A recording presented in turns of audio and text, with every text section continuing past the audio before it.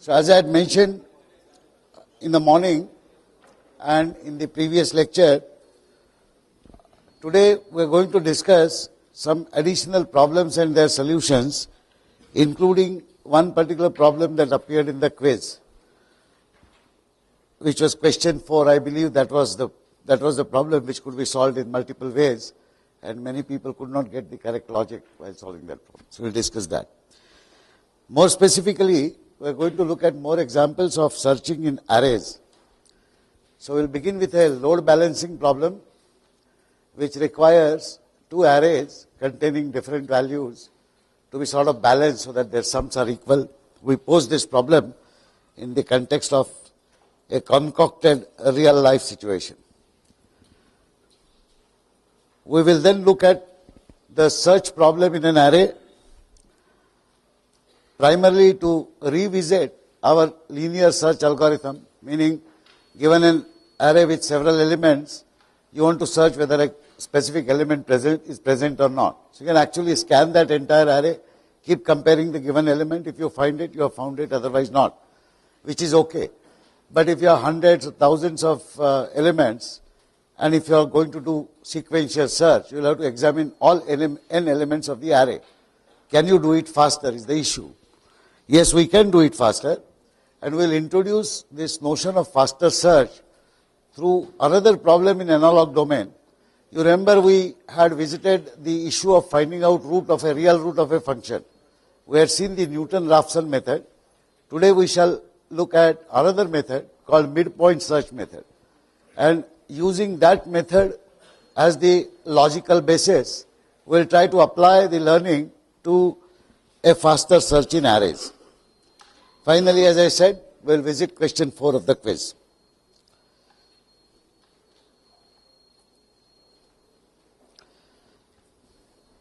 So here is a load balancing problem. Imagine that you have two trucks, truck A and truck B, and it contains some packages. And the loads are not even. One of the trucks has larger weight than the other. Now you would like to balance the load, but the stipulation is that you would like to balance the load by just exchanging one package from either of the trucks. So you take one package from truck A, one package from truck B. The package from truck B you put into truck A, and package from truck A you put into truck B. Can you find such a pair such that when that pair is exchanged, you will get exactly the same load in both the trucks? We assume for simplicity that all weights are integer kilograms without any loss of generality. So is it possible to swap exactly one pair of packages? Mathematically, how do we represent this data? Well, since we have to keep track of individual weights, it is better to retain the values of all individual weights. So for example, we can read the values of all the weights in two arrays. Loads in packages in truck A, their weights in one array and in the other array. We assume tentatively that there are maximum 100 packages in any truck. This is what we wish to do. We have one truck, the sum of all the weights is say sum 1. We have another truck, the sum of all the weights is sum 2. Obviously, sum 1 is not equal to sum 2. If it is, trucks are balanced load. So we wish to exchange one package weighing X kilograms, take it out and put it in truck 2, and simultaneously take another package weighing say Y kilograms and put it in first truck. So what will be the situation of these sums of loads? This sum of the loads in first truck will now be sum 1 minus X plus Y, because you have removed X and added Y. Similarly, the sum of the weights in the second truck will be sum 2 minus Y plus X. And we wish that these two be same. Of course, we don't know in advance what is X and what is Y.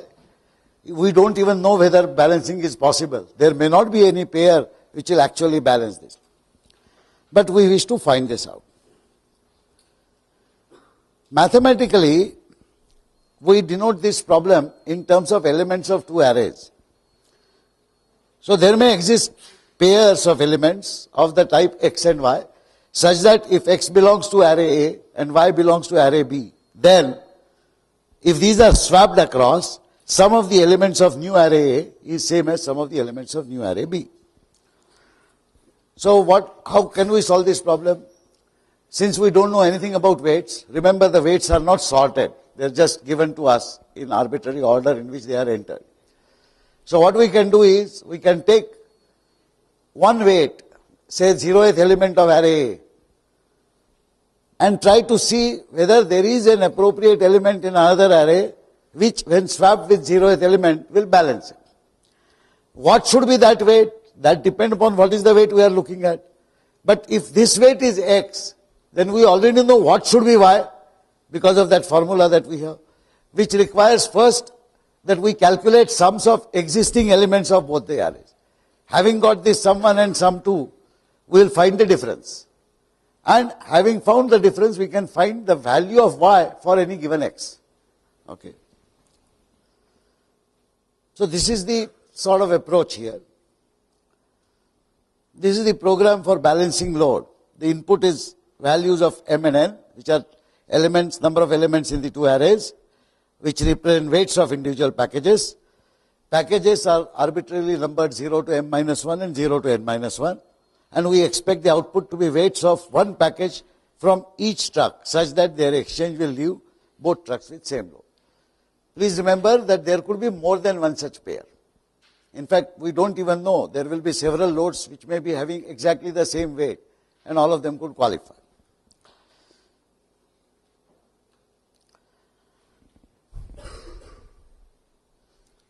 Here is the initial part of the program. This is straightforward. I have loads in truck 1 and load in truck 2 represented by two arrays T1 and T2, and these hold package weights in kilograms.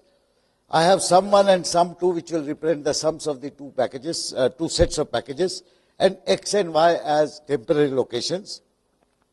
So X and Y are weights which can be potentially exchanged. I additionally define some temporary locations such as I, J. Diff will mean the difference between the two sums. And found count, I want to know exactly how many packages or pairs I am able to find. So I'm just putting it as found count. This is plain old stuff where you read all the data. So you read the number of packages in the first truck and then read all the weights in the first truck. Then you read the number of packages in the second truck, read all the weights in the second truck. That's it. Of course, what would be the standard validation in such case? There is no validation of input values. We are presuming all input values are correct. But suppose you are writing a professional program representing weights in truck. What is the minimal check that you should do when you read the input? Sorry? Yeah. No value should be negative because there is no notion of a package weighing negative kilograms. Okay. Secondly, you should also check for the upper bounds of the array. So if you have accounted for a possibility of 100 package weights to be stored, then M and N should be less than 100. So these are the two standard checks that you should perform. So this is the main algorithm. Main algorithm finds out the two sums. Sum 1, iterate over all the elements of the array T1 and find out that sum. Find out the other sum. Since you know these two sums, we just print them out. And we now find out the absolute difference. The absolute difference is sum 1 minus sum 2 absolute value. Because we don't know which truck has a larger load, which truck has a lesser load.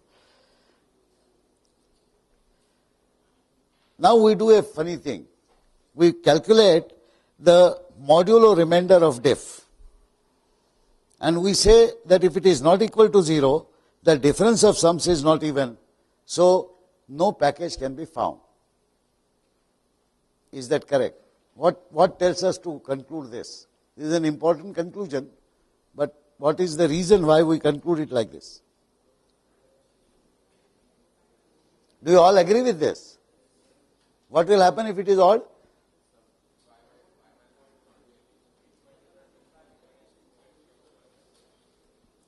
So here is the reason. If X is an element of array A, Y is an element of array B, we need to find X and Y to be swapped. So the formula would be sum 1 plus y minus x will be equal to sum 2 minus y plus x. And this reduces to 2y equal to sum 2 minus sum 1 plus 2x. Or y is equal to sum 2 minus sum 1 by 2 plus x. In fact, if you just look at the difference,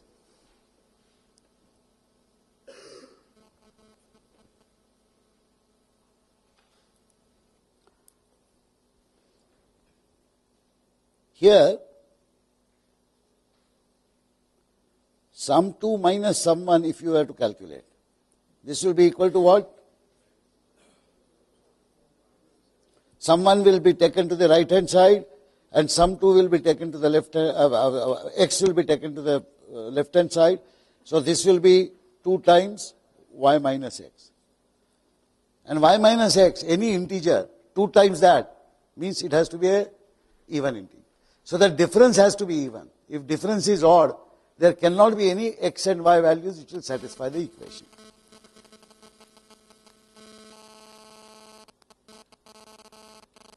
Okay. So having done that, now if we look at any element Ti, the ith element in first struct, then corresponding element can be found as Tj, provided it satisfies this equation. T2j is equal to sum 1 minus sum 2 divided by 2 plus T1i.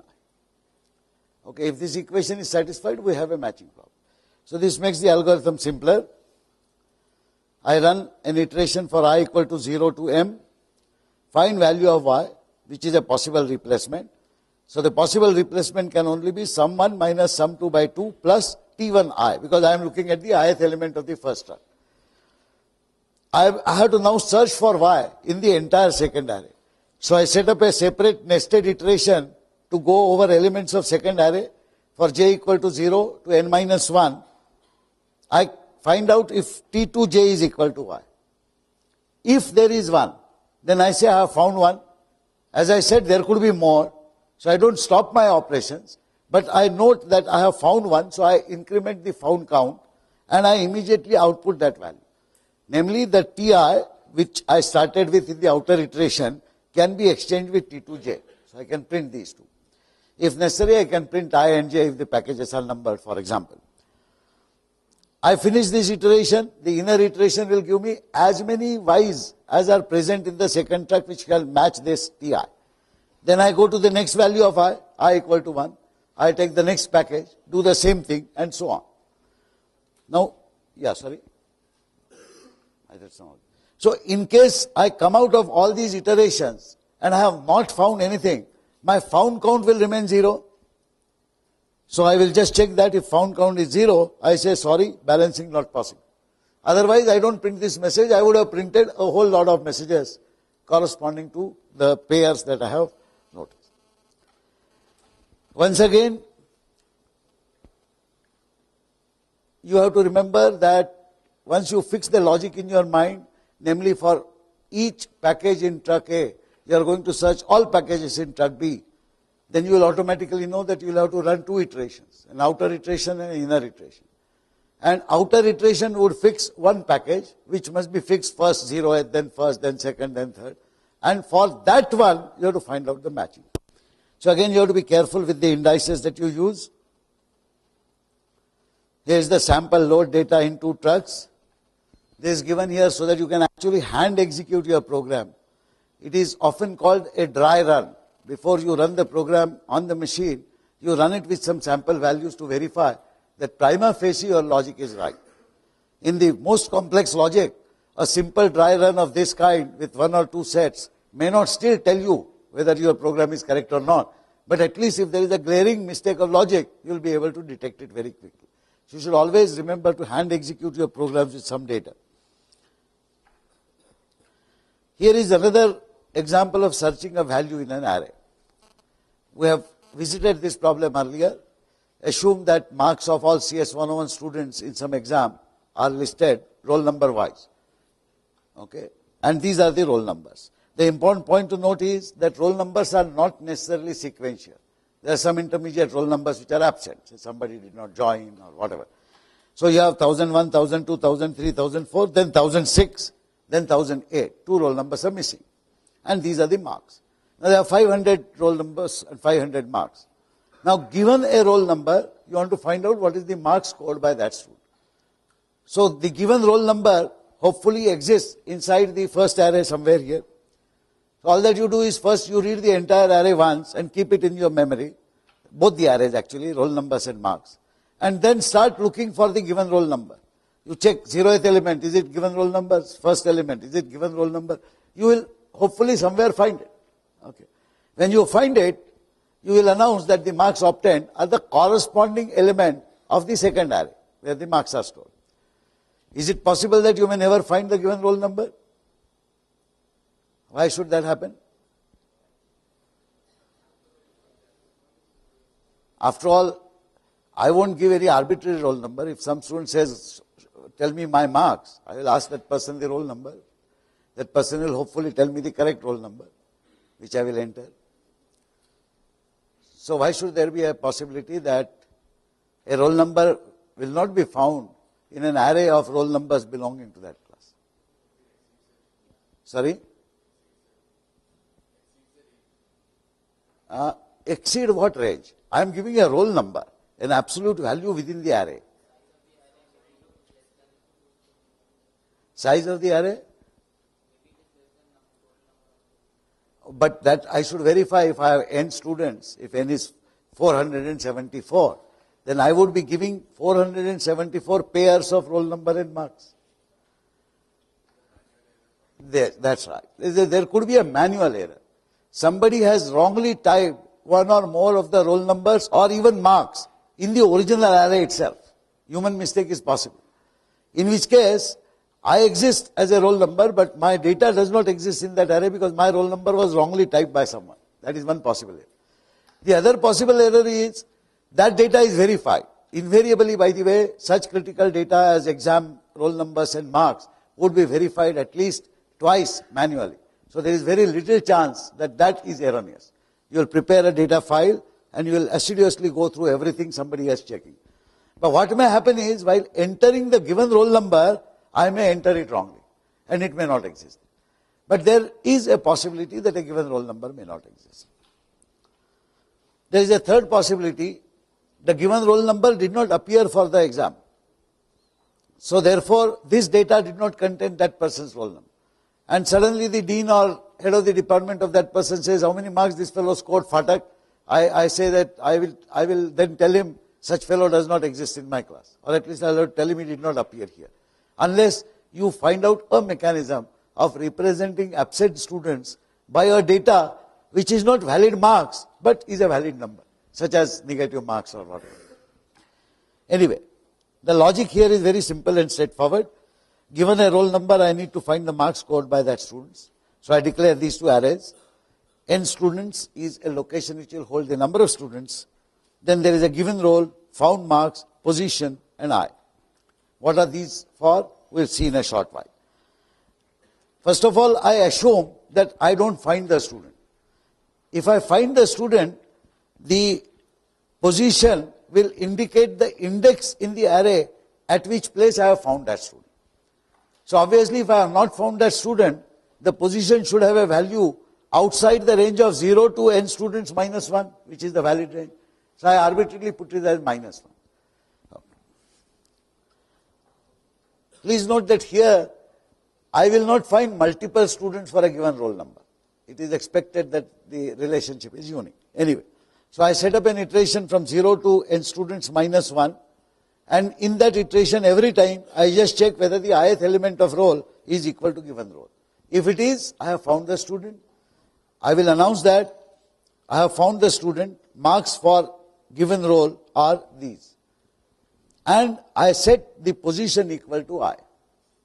I also do a thing called break. You all remember what break does? Break will take you out of the innermost iteration. Please remember, break and continue statements are not concerned with the if statement surrounding those. They are concerned with the loop statement surrounding those. The innermost loop is this for loop. So whatever be the value, the moment I come here, I have found a fellow, I will break out of this. When I come out of here, I would not know whether I have come out after locating that student because of the break statement, or I have come out after completing the entire iteration and still being unable to find that student. In either case, I will come out here. And that is why there is another check. If position is -1, then I know I did not find that fellow. I will simply announce this as not found. Why? Because if I had found the student, I had already printed the marks for that student in the inners. Of course, you can implement this logic in multiple ways. There could be cleaner ways of doing it than even this, but this is just one algorithm which will work. The point is not this algorithm. I think all of you understand this simple searching for a value. The point is, can I do it faster? There are 600 students. This particular logic will, on an average, require how many comparisons to be made? On an average, half the numbers. Because when a given roll number is there, it could be any number amongst the 500.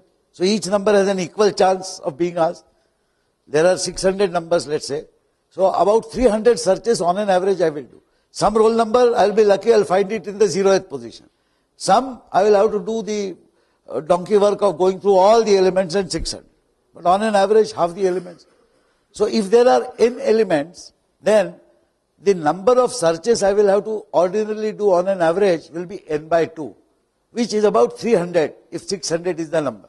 It is not very large. But what if the number of elements were 6,000? I will have to do 3,000 searches. Okay, the machines are fast enough. What if the number of numbers is 6 million? Then I will have to search for 3 million elements on an average for every number. What if the numbers are 6 billion? Then I have a serious problem. So obviously, I must perpetually look for an algorithm which will solve the problem at least an order of magnitude faster. So if some algorithm takes n square iterations, for example, we call it an order n square algorithm. Any other algorithm which solves the problem in examining only n elements will be called order n algorithm. Any order n algorithm will be better than order n square algorithm. What can be better than order n? Because this is order n algorithm. In one scan of the entire array, I am solving the problem. We shall see that. But before that, we prepare the background for the mechanism. So here is the problem. The algorithm scans all n elements once. Can we do it faster? That's the question. To look at how it can be done faster, we move away from elements of an array, which are essentially discrete points, a set of discrete values, to a real line, where we were searching for roots of functions. You remember we had seen that problem. Here is a method of finding out root by what is known as bisection method or midpoint search method. I don't know whether you have done this kind of algorithm. Here you are given a function f of x and you are given two possible values, one at which the function is positive, another at which the function is negative. In the sample that has been drawn here,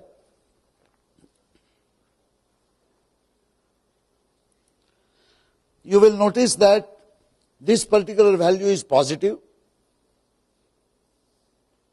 and this particular function value is negative.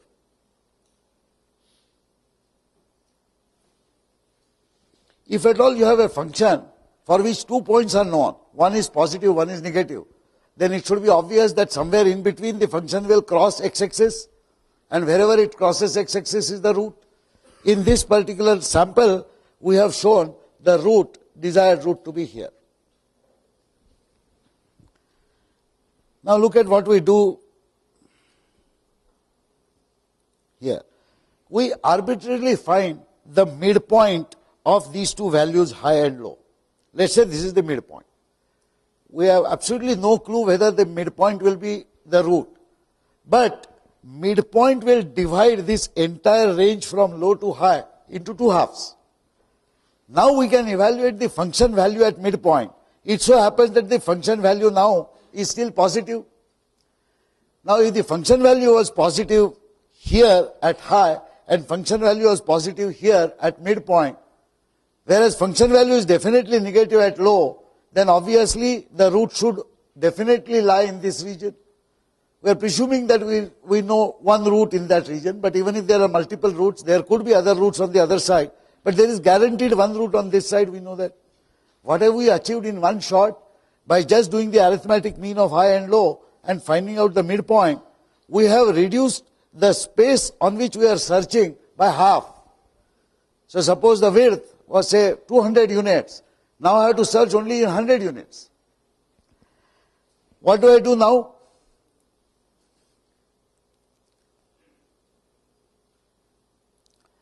I have got this midpoint. Since I know that I have to now search between this range, I will treat this midpoint as high. I simply shift high to this point. And I find another midpoint. Let's say I get it here. This is the new mid. Again, I observe that at this midpoint also, the function value is positive. So I know that I have to search now in this range. Please note, every time the search range is becoming half and half and half. At this point, of course, the midpoint will be somewhere here. The function value will be negative. I know, oh, I have overshot the route. I have to search now backwards. So I will search in this range. By iterating around and by shifting appropriately either the high value or the low value, do you not agree that I will move very quickly to the root? Because every time I am reducing the search space by half. And search space by half means what? How fast is the reduction in the search space? Suppose this original width was W. Then in the first iteration itself, I have reduced the search space to W by 2. Next time, W by 4. Next time, W by 8. Next time, W by 16. This is a very fast reduction in the search space, which is of the order of logarithmic reduction, as compared to going point by point. Now imagine that I have here, okay, this is the algorithm basically. So what does the algorithm say? The algorithm starts with some x low and x high values. I calculate f of x low into f of x high, and I ensure that it is less than 0. Why is it required? Because otherwise the two values will not be on the either side of the root. We want to ensure that they are on the either side of the root. And once I know these two values, I calculate the midpoint and I calculate the f at x mid. So this is the midpoint. Okay. Now, if the absolute value of function value at midpoint is greater than some small threshold value, observe, we are finding out root. We are working on real line. And real line has infinite points in any interval. So, however I reduce the interval, there are still infinite points. But given that I can represent numbers only with finite precision, I know that beyond some point, it won't make sense. We have seen that earlier when we decided on some threshold or some such value. We had said, I think, 1.0 10 to the power minus 5 or minus 7, some value will take. Now, if the function value is within that range, we will announce I have found the root. If the function value is not in that range, then I have to still continue to search. So that is what I will test. A simple iteration, while absolute value of x mid is greater than some threshold value, locate the next interval, which will be either this or this. Either this or this. Okay. And then, once you finish that off, you will announce that I have found the root. So how will you write the program?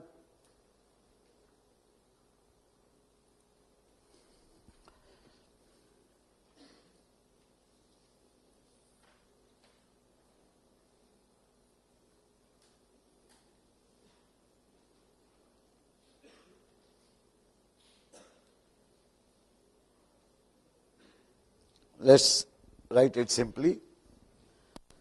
So I will first verify.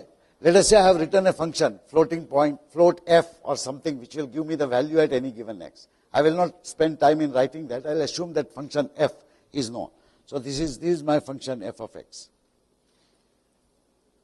And this is x-axis. So first I will read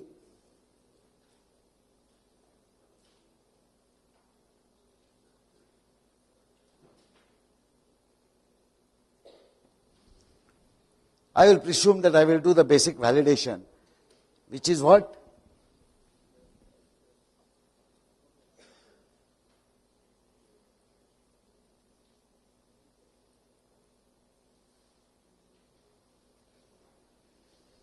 This should be negative.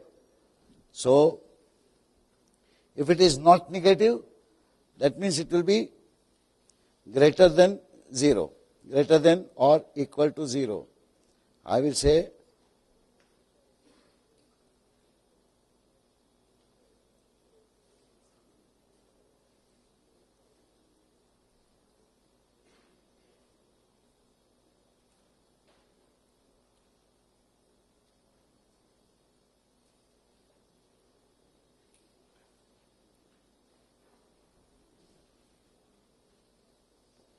you agree? There is no point in searching further. Now I have got this. So I will calculate the first midpoint. What is the midpoint? Is equal to simply L plus H divided by 2. Now I have to search while. What is the condition I should put?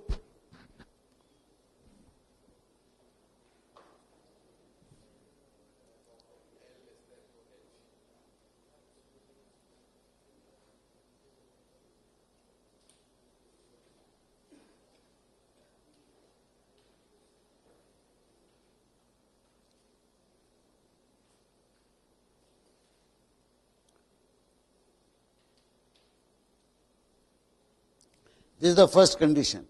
As long as the function value at the midpoint is greater than a threshold, I have to keep iterating. What is the second condition? And L should be less than H. If H and L cross over, then I have a problem. So that means I have somehow missed the root completely. Can that happen?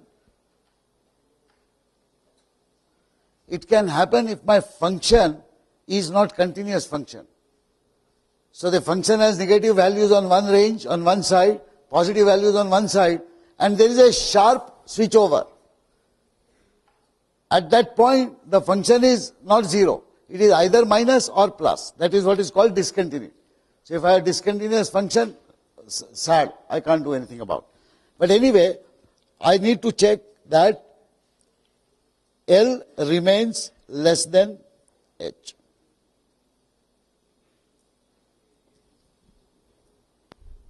Low should remain less than high. Now what I have to do? I have got inside. Okay, that means I have not found the root yet. So I have to now, what it means is I have come to this midpoint and I have to now decide whether I take L to this point or I take high to this point, right? Whether I have to search this side or this side. So I will just check what is the value of function at midpoint and whether it is greater than the value at function at the low point. Okay.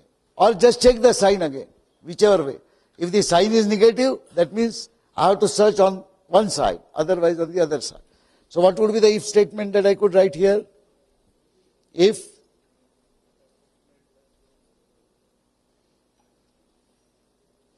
function of mid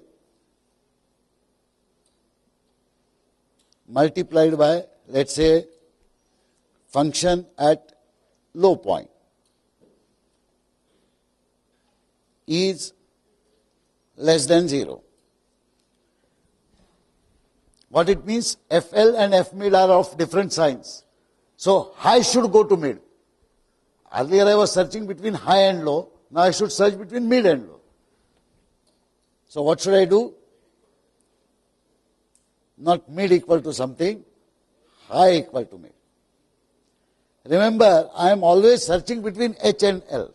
I am not searching. Midpoint is just a place where I should bring either L there or high there. Else what should I do? L equal to mid. Simple, nothing else.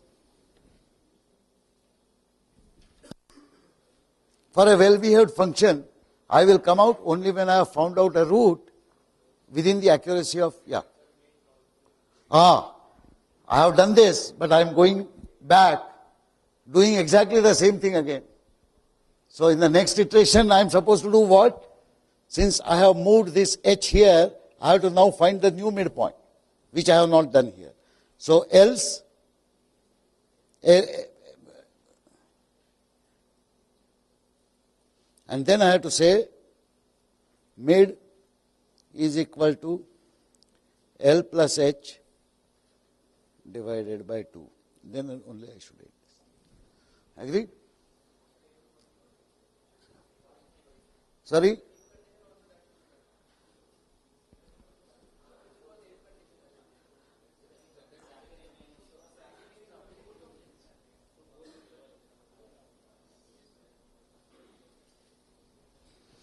What happened is, because of habit, after else I wrote an opening brass. Once I write it, I forgot to close it. That's why there was a confusion. But it's a good point that he has made. If I am not careful about the curly bracket pairs, then I may end up doing something only in one of the two legs, if or else, which is not correct. The midpoint resetting has to happen in either case. You notice that this program is so short, and the searches made are still shorter. There are two things that I would like to point out from a numerical analysis perspective. First, this method will converge faster than the tangent method that we used for Newton-Raphson, because every time you are guaranteed reducing the search space by half. Second, the tangent method may not work in cases where I have shown the functions like this, where there are local maxima and local minima. Then what will happen is that tangent may keep you oscillating between that point, and you may end up finding out the local minima or local maxima rather than the root. So the method may not converge properly. Whereas a midpoint search doesn't care of how many camel humps are there in the function and so on. It will concentrate solely on going to a root. So you will be able to find it. Of course, the difficult part is finding low and high properly. And the more difficult part is, suppose you have an equation or a polynomial, let's say, of order n, which may have all n real roots. Then you may not be able to find all n real roots. So in the notes which I am preparing, I have given a sample example of a polynomial and given sample values of low and high. Depending upon the value of low and high, you end up finding out either this root or that root. And the number of iterations will also depend upon how many things that you do. Yeah, there are some questions somewhere. So is this okay? Now, yeah. No. Any function. Why should it matter? Any function which has a real root. Not necessarily. Okay. The condition for this method to work is that there exists at least one real root between low and high. If that happens, then it will find it. If there are multiple roots, it may find any one of them.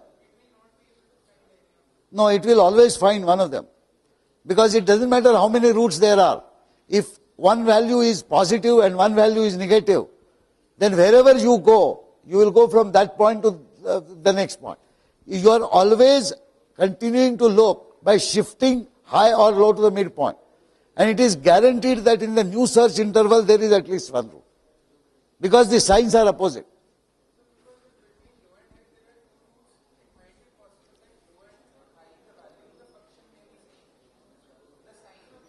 Then I will get out earlier itself announcing that I can't apply this method. Yeah.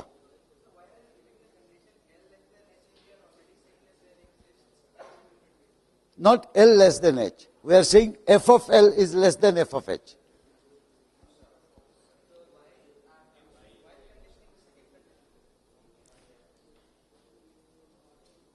Okay. L, because I am assuming L is the lower value on x-axis and H is the higher value. The function value we are not sure whether it is positive here or negative here. No, there may not be any root.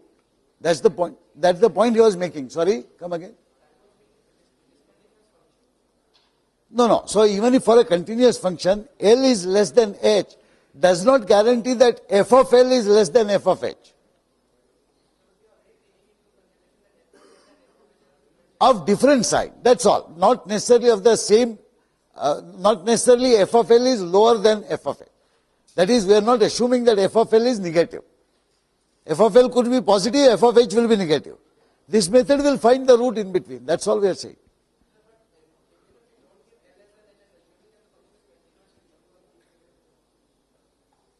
No, no, no, that's okay. But when do I stop this?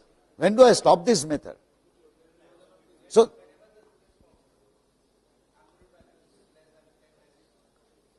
okay, in this particular case it will work. I wanted to use this as a basis for doing a faster search, where an equivalent of root may not exist. What would be the equivalent in case of an array where I am searching for an explicit value? A given roll number does not exist at all. Now, if I apply a similar principle, which we shall see shortly, if L and H cross over, then I know the value does not exist. That is the only reason.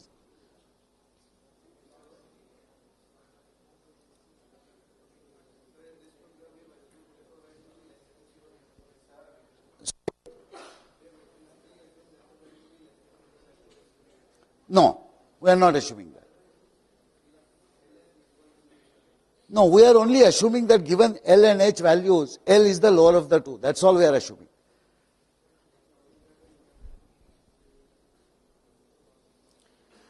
We are only assuming that L is the lower value, H is the higher value. But notice what we are checking is the product of the function values. So, for example, the same thing will work even if function at L was positive and function at H was negative. There is no change I require. I am only saying that I am ordering L and H based on their absolute values that are given to me. Okay. So now consider XXS. Yeah. C math. Sorry? FABS. Okay, that is a good point. I have not given you a list of all functions. He is asking what is fabs. So it's not fabulous. It is actually fabulous because it finds absolute value of floating point value. So if floating point value, ABS is absolute of integers, FABS is absolute of a floating point. So a floating point X, if depending upon whether it is positive or negative, it will be made into positive. That's all.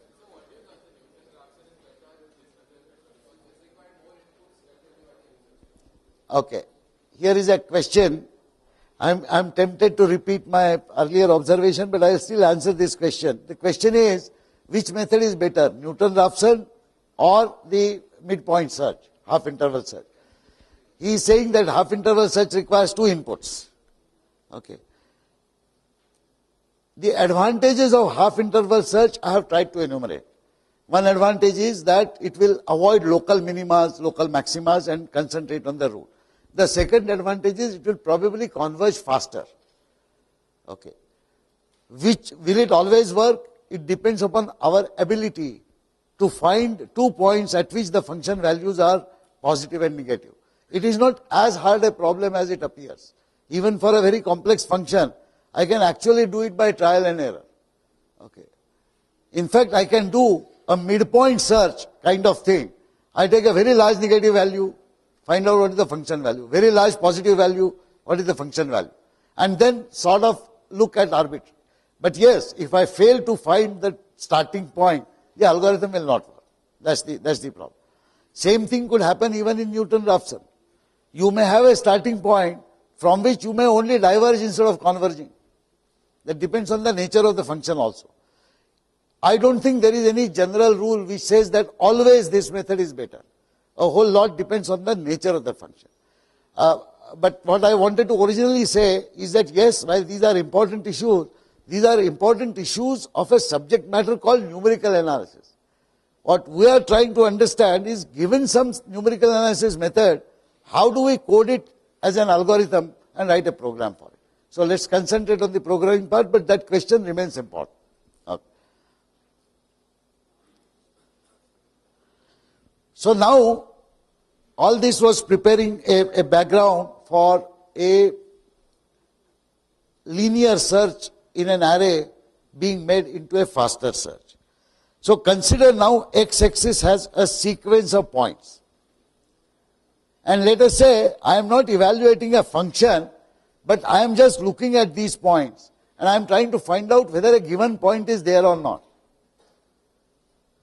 Can I not consider this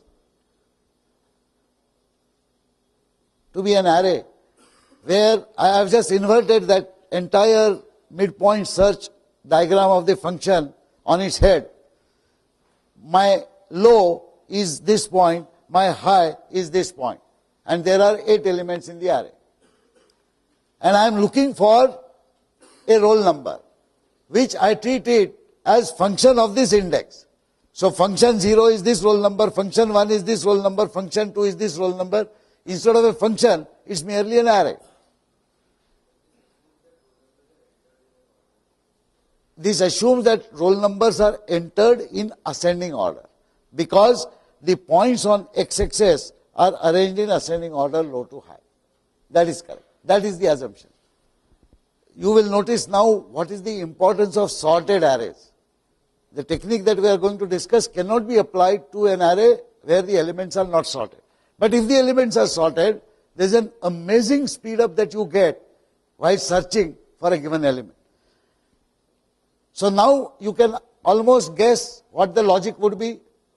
The low will be 0, high will be the maximum elements that I have, say in this case 7. If I am searching for a given roll number, I will find the midpoint, which is 0 plus 7 by 2, 3.5. Maybe I will upgrade it to 4. I will look at the 4th element. Now the 4th element may be exactly what I am looking for. If not, it will be either higher than what I am looking for or lower than what I am looking for. If it is higher than what I am looking for, then I know which part of the array to search, the lower half. Otherwise, the second half. So first half or second half. If there were 8 values in which I was searching, now I have to search only between 4 values. Next time I have to search between 2 values. 8, 4 and 2 does not appear to be very large, but imagine if you are making searches over say 1000 elements. 1024 will reduce to how much? 512 next time. 512 will reduce to 256, 128, 64. Like that, it will logarithmically reduce. So instead of searching on an average n elements in an array, you will be searching for only log n elements. I mean, you will be comparing with only log n elements. And at the end, whenever the midpoint swaps, that is when high and low move across, you know you haven't found the fellow. If you have found it, you will get to know that. So this is called binary search. It assumes that the array is sorted. I have the low, high and mid. I set low to 0 and high to n minus 1. I am of course presuming that I have read the array elements earlier. So the array is a roll number array and marks array. And I am given a roll number which I call given roll. I am searching for given roll in the array of roll numbers, same problem that we saw there. And I want to print out the marks for that roll number. So I start with calculating the midpoint as low plus high by 2. I will set found flag to be 0. I have not found him. I will check, I will iterate now. While the roll number of mid is greater than, sorry, what should this be? And high is greater than low. So this is one condition I have put. I know that the higher roll numbers will be on the higher side of the index value and lower roll numbers will be on the lower side. So if I find that the roll mid is greater than given roll and high is greater than roll, I still have to search. Okay. I will now check whether roll mid is equal to given roll. If it is, I will set found flag is 1 and break. Otherwise, I will recalculate the midpoint. And how do I recalculate the midpoint? Exactly the same logic. If the midpoint roll number is greater than given roll, that means I have to search in the upper half. The given roll is smaller than this. Otherwise, the roll number is bigger than this. I have to search in the later half. I only set high to mid or low to mid. And I recalculate the midpoint. Go back again. I can put this condition in three different ways. I can alter the way I reassign high or low, but eventually I will have to implement this logic.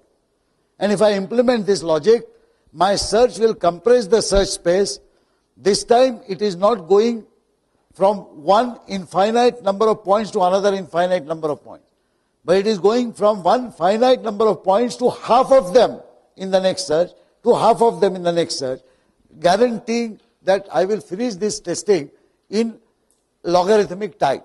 And at the end, depending upon the found flag, when I come out here, I can check whether I have found or not. If I find, of course, I can print that marks. If I don't find, I will not print. There are small but significant efficiencies that can be added if I put the condition here itself as equal to given roll. That means at the midpoint the roll number does not exist. Then I have to search for upper half or lower half. But is it necessary that when I move the high or low, I should move it to midpoint? Actually not, because the midpoint itself need not be concerned now anymore in the search. That number is not there. That is my while condition. In which case, I can move either low to mid minus 1 or high to mid plus 1. Or sorry, low to mid plus 1 or high to mid minus 1. So I can eliminate that midpoint itself from my search. These are small tricks that can be done in this. I am putting this up. I would suggest that you take some possible roll number and write down in the first iteration what is low, what is high, what is the midpoint, whether you are required to do the second iteration, third iteration, and confirm for yourself that the number of iterations that you require are of a magnitude which is of logarithmic order of the total number of elements. Okay. Yeah. Yeah, while condition should be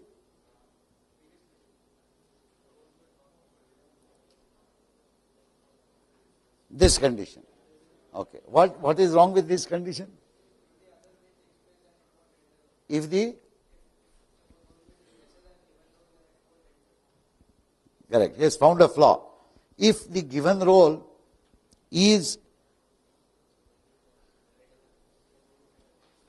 less than the midpoint roll number.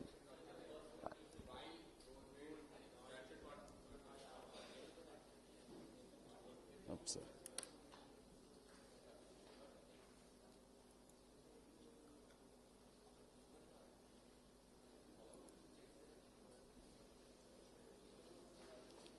So what should this condition be?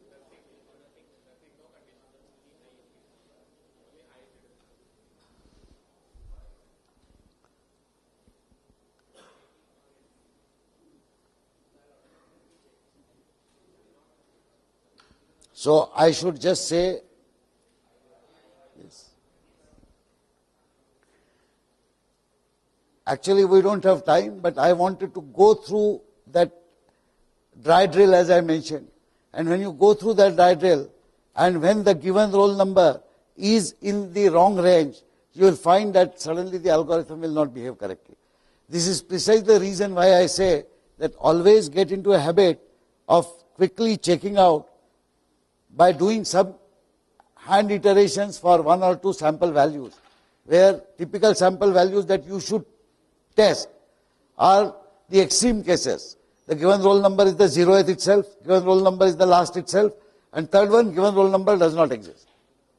If it works for these three, it will generally work for any other. Okay.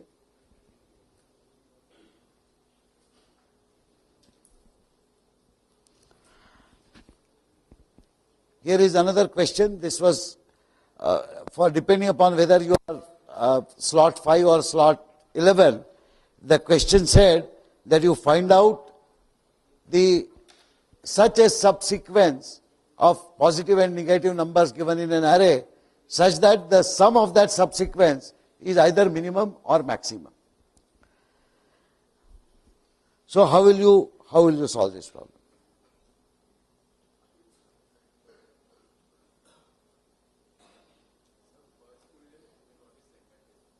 Sorry?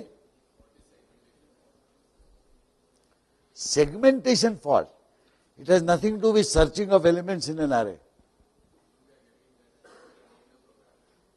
You are getting that when you are running which program? This program. Then somewhere an index is going beyond the total number of elements, the size that you have declared for the array. Okay, what is a segmentation fault? In technical terms, whenever you run a program, some memory is allocated to you. For any reason, any instruction in your program attempts to access memory which is outside that bound, outside that segment. The system shouts saying segmentation fault. Basically, you are trying to write something into my area, for example. So that, if that fault occurs, you will be terminated permanently. I mean, your program will be terminated. So, segmentation fault is a serious problem. Should examine the...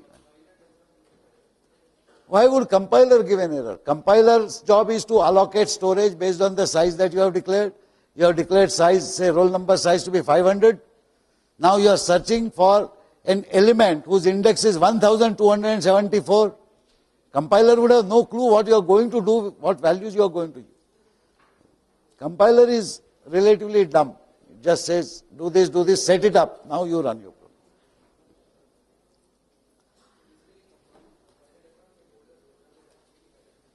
Oh my God. Oh, he is asking a very serious question. Doesn't compiler check whether my program is correct or not? If it did, we won't require any exams of any kind. In fact, if you would write any trash algorithm, you are expecting the compiler to be wise about the algorithms that you use in your program. That is not yet possible. That is not yet possible. Maybe your generation or next generation would write compiler systems which will be very thoroughly knowledgeable in various algorithms. It will just check the syntax. It will not check anything else. Logic is entirely your responsibility, and you will notice it only when you run the program. So here is a sequence. Now, first of all, what do we mean by subsequences? Subsequences could be many. Let us consider these subsequences that appear in this particular list of numbers, starting with 0th element. The first sequence, subsequence is 2, and that sum is 2 itself. The next subsequence is 2 and minus 3, and what is the total? Minus 1. The next subsequence is 2, minus 3, minus 4, and the sum is? The next subsequence is 2, minus 3, minus 4, 2. What is the sum?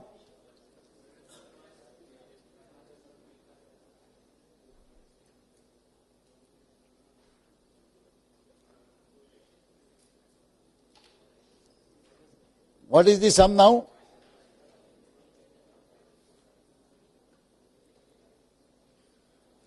What is the next sum? 4 or minus 4?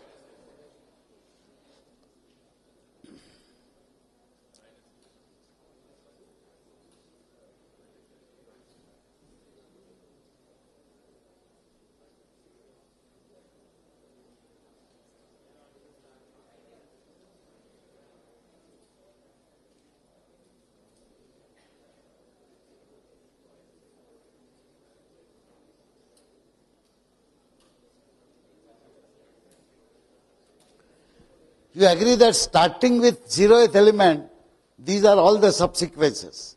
Just to make things unique, let me change one of the values.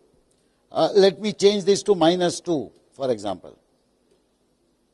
If I change it to minus 2, this value will be how much? Minus 10. And this value will be minus 7. Fine. So I have these sums. Minus 1, minus 5, minus 3, minus 9, minus 4, minus 1, 0, minus 8, minus 10, minus 7. Which is the minimum sum? So this is the minimum sum. And this minimum sum comes out of what sequence? So what is the start index and what is the end index?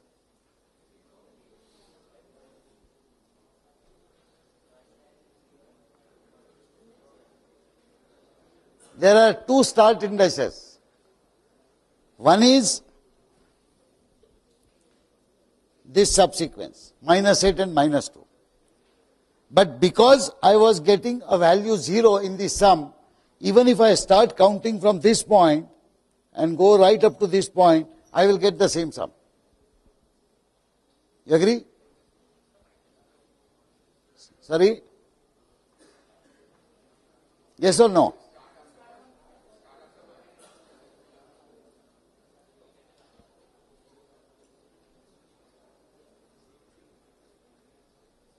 Start after? Oh. So if I start with this point, if I start with 0th point, then the minimum sum is minus 10. But the sequence, so you see, identification of this sequence when the numbers are not at all ordered is not straightforward. One logic that can be implemented is I start with the 0th element and I search for all subsequences and find their sum. So 0, 0, 1, 0, 1, 2, 0, 1, 3, 0, 1, 4, 0, 1, 5. Okay. I get a value minus 10, which is actually the sum from 0th to this point. But is this the smallest subsequence? Not necessarily. Because starting with minus 8 and minus 2 also I get the same thing. Okay. So having done this work, I can find out what is the minimum sum that I get if the starting point is 0th element. I can now say, let me start with first element and find out what are the subsequences with minimum. Do the same thing with second element, do the same thing with third element, and so on. So I have an order n square algorithm essentially. And in each case, I will find one minimal sum. Now I have to find out the minimum amongst all these minimal sums. So whatever is the minimum and whatever is the corresponding start index and end index, that is my answer. So this is not a very straightforward logic. Technically, I should have put that problem as question 5 and shifted question 5 to question 4, because normally I attempt to put slightly more difficult questions toward the end. But that's okay. I have only glanced through some of the answers. Tomorrow we are doing the entire correction work, so we'll know how many people got the logic correctly and how many did not. Not a very straightforward problem. But what I wanted to indicate by such problems is that there is, if at all we have said so far that you can have multiple ways of solving a problem, this is one problem where there could indeed be n different ways of solving. One algorithm, because after we wrote our program and we were struggling ourselves to find out the best solution, we knew that the best solution would not take order n square. We then wrote to what a person whom we call local god of algorithms, my colleague Professor Ajit Diwan. He was writing extraordinary algorithms even when he was a BTech student. He continues to do that even today. So this is the solution by Professor Diwan. Actually, the mail that he sent me said that this is a simple exercise in algorithms and then gives this solution. I don't find that simple at all to imagine that this is the solution, but this is indeed the correct solution. So look at what you do. You calculate SI. SI are not necessarily sums of all the elements from a given starting point. You accumulate SI based on this simple rule. In the process, you scan all the elements only once. So you start an iteration from 0 to n minus 1 on elements of AI. Initially, you set S0 to A0. So whatever is A0 is 2, 5, minus 7, whatever, that is S0. Now, SI is calculated as AI if SI minus 1 is greater than or equal to 0. Otherwise, it is calculated as AI plus SI minus 1. Simply put, if you get a previous sum to be positive, okay, then obviously the next element, if that is also positive and you add it to the previous element, you are going to get a larger value only, not a smaller value. So there is no point in continuing with that summation. That is roughly the logic. But if you take the sample values that have been given here, I'll put up these slides in about an hour's time, you will find that at the end when you come out, you will find the S array to contain values, okay, which will, the minimum of which will represent the minimum sum possible. What is the end index for that minimum sum? That will be the index at which that value of S occurs. So if it occurs as I equal to 8, then end index of that minimal subsequence is 8. But what is the start index? Where did this start? Did it start just at that point, at 2 points earlier, or right at the beginning? That is not indicated by this logic. For that, you will have to struggle to think how to maintain the start position for each of these sums that you accumulate. So if you can maintain start positions for each of these sums, the end position is obviously the place where it occurs. So you can have another array, just as you have array S, you have the start position. And that start position initially is set to 0. And subsequently for every value of S, you will keep track of where you started till you change this S. Okay. And the last one where you change this S, after that you will set that. You will be able to get both start and end position. The beauty of this logic is that it is an order n algorithm. It makes exactly one pass over all the elements and gets you the minimum sum. How will you solve the problem to find out the subsequence which has the maximum sum? It's simple. You can invert the logic and do exactly the same thing. Fine. So you can, sorry? Huh? No, not necessarily you have to find the sum of first term. The issue is that if such a sequence is given, what is a subsequence inside this sequence whose sum is minimum? It does not say that subsequence must start with the 0th term. It can start with any term. So as I mentioned, in this particular case, -8 -1 might be the subsequence having the minimal sum. It does not so happen in the given example, but I can always construct examples with appropriate values and check where it is. In general, there is no sanctity or assumption that a minimal sum subsequence will always start from 0th element. There is no such need, because the values are arbitrary. So is the logic understood? Logic first of doing the twice nested loop, finding out all the partial sums and then comparing later on which is the minimum and keeping track of start index there as well. And the second one, which is a much cuter algorithm. Fine. We are iterating over I from 0 to n minus 1. That's it. In one shot, you will get all the SIs. And if you maintain the start indexes as well, then at the end, the minimum of these can be found out. In fact, it so happens that since you are interested in the minimum sum, you need not retain all the individual elements of S after you calculate. You need to retain only the minimum and the current sum that you are doing. Okay. So you can implement that logic. We'll be posting the sample answers on the Moodle after the correction work is over on Monday. Okay. Thank you.